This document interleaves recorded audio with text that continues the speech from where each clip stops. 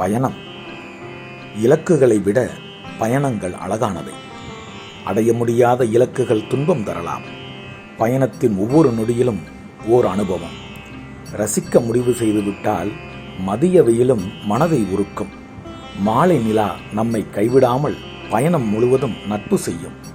நாளையை பற்றிய சிந்தனையை தொலைத்து இன்றே இயற்கை அலைகள் தொலைந்து போகலாம். பயணம் செய்யுங்கள். இத்தனை அழகியலை உருவாக்கிய சக்திதான் என்னையும் படைத்ததா? ஆச்சரியம் தாழவில்லை.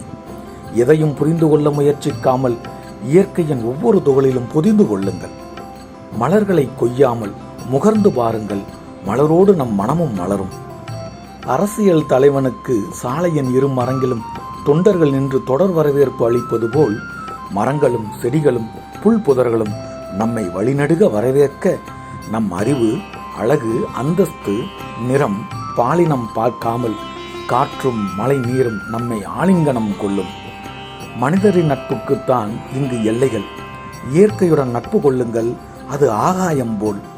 அழுது கொண்டே பிறந்து ஓர் நாள் இறந்து சிலரையாவது அழுக வைக்கும் வாடிக்கை மனிதரே, இருக்கும் வரை இறுக்கம் தவிர்க்க இயற்கையுடன் கரைந்து போக பயணம் செய்யுங்கள்.